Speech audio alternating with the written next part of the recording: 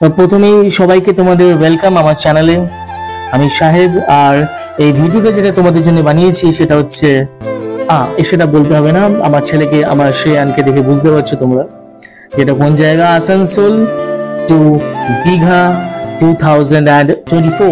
Yes, so এটা আমাদের দুদিনের প্ল্যান ছিল, আর আমরা দুদিন স্টে করেছিলাম নিউ দীঘাতে। আমি অনেকবার গেছি ওল্ড দীঘা, বাট এবার নিউ দীঘাতে স্টে করেছিলাম, খুব একটা খারাপ লাগেনি। আর আমরা ট্রেনে ফিরেছিলাম। সো এটা একটা ছোট্ট ভিডিওর মাধ্যমে তোমাদের সামনে এটা প্রেজেন্ট করলাম। Hope you guys will enjoy. So if you enjoy, do like and subscribe please. Thank you. বেশি ভালো লাগে না পাহাড়, সমুদ্র? সো এইভাবেই আমাদের জার্নিটা শুরু হলো বাসে, আসানসোল থেকে। বাস হচ্ছে Ishika traders private limited AC Volvo bus, 800 sleeper আর 700 seating per head. So guys, চলে এসেছি আমরা নিউ দীঘা সি বিচের সামনে। আমরা রাতের বেলায় বাস ধরেছিলাম, সেই ভিডিওটা হয়তো পরে পোস্ট করব। তো তোমাদের একটু হোটেলের ইন্টেরিয়র দেখিয়ে দিই। এটা JKN নিউ দীঘা সি বিচের একদম সামনেই প্রায়। সো হোটেলের পুরোটা একটুখানি মানে অগোছালো হয়ে গেছে, বিকজ আমরা একটুখানি কাচাকুচি করে একদম মানে বাঙালি স্টাইলে, যেটা বুঝতে পারছো। হ্যাঁ, তো হোটেলে খুব ভালো টিভি আছে। সো আর এসি আছে, double bed, double bathroom. Right, তো নিউ দীঘার সি বিচে এবার দেখা হচ্ছে। সো আমরা এখন লিফটে যাচ্ছি।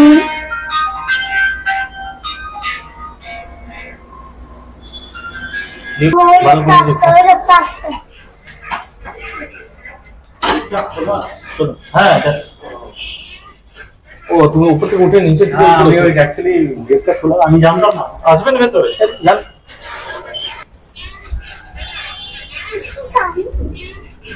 বাবা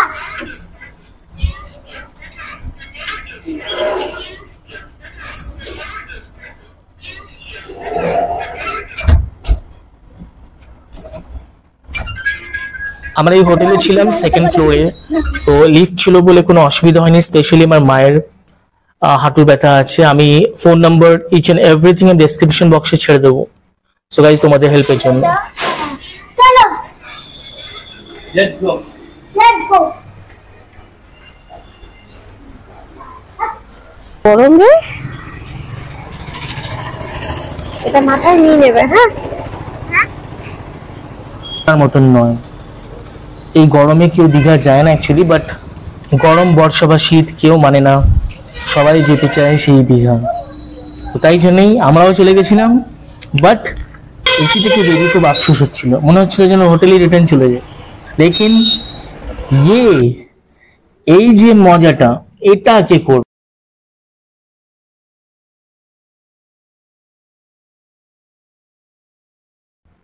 সো বন্ধুরা, দেখতেই পাচ্ছ যে আনন্দটা বেশি কার, কে বেশি লাফাচ্ছে।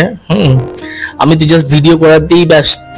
হ্যাঁ, তো খুব মজা করেছিল শ্রেয়ান, আমার ছেলে। আর আমরা লাইক আফটার দ্য ভিডিও মানে প্রায় 2.5 ঘন্টা ওখানে আমি সমুদ্রে আমরা ছিলাম, আর তাই জন্য মা আর আমার ওয়াইফ খুব রেগে গেছিল। রাইট, তো অনেক লেট হয়ে গেছিল আমাদের অ্যাকচুয়ালি লাঞ্চ করতে। প্রায় 4টে, 4:30 এরকম হয়ে গেছিল। তো এই ফটোগুলো আমরা ক্লিক করেছিলাম। So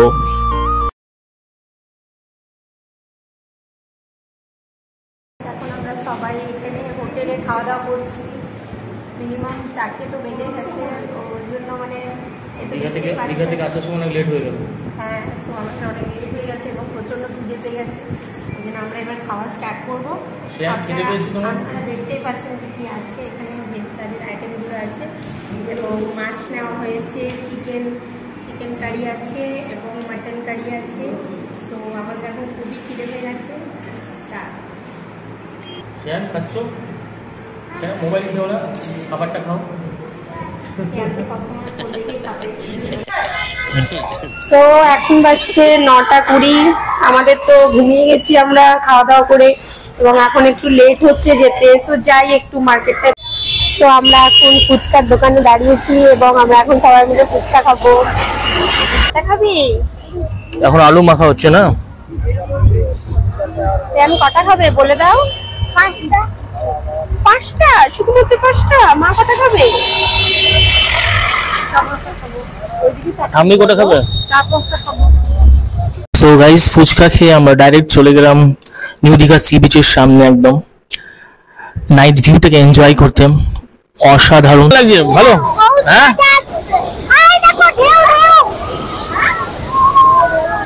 wow. সো এটা আমাদের সেকেন্ড ডে।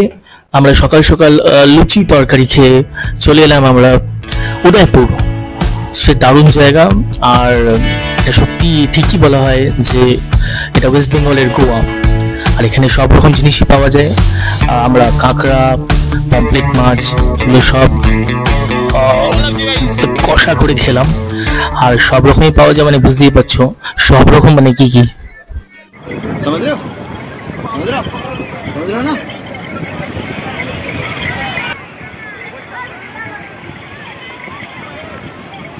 সো বন্ধুরা, এরপর আমরা সমুদ্র স্পেশাল পেট পুজো করার পর নিউ দীঘার সি বিচে চলে গেলাম। আর সেখানে গিয়ে একটু শ্রেয়ানের সঙ্গে একটু হর্স রাইডিং করলাম, শ্রেয়ান একটু কার ড্রাইভ করলো। তারপর আমরা সমুদ্রেতে গেলাম চান করার জন্য।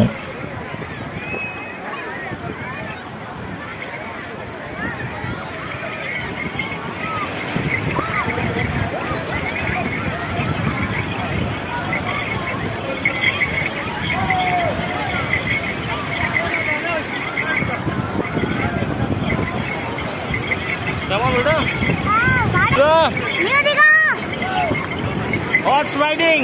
Horse riding.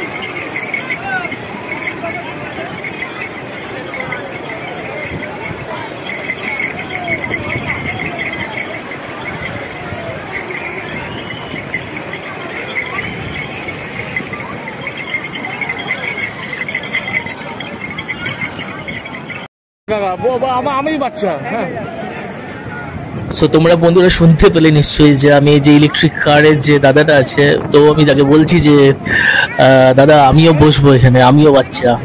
Because horse riding এ আমি আর শ্রেয়ান একসঙ্গে ছিলাম। তো সত্যি কথা বলতে বন্ধুরা, কি জানো যে এই সমুদ্রে গেলে পরে যতই বয়স হোক যাই হোক, বুড়োরাও বাচ্চা হয়ে যায়। তো আমাদের মতন ছেলেরা তো বাচ্চা হবেই একদম। আজ হলো 9 তারিখ এবং আজকে আমাদের চলে যাওয়ার পালা।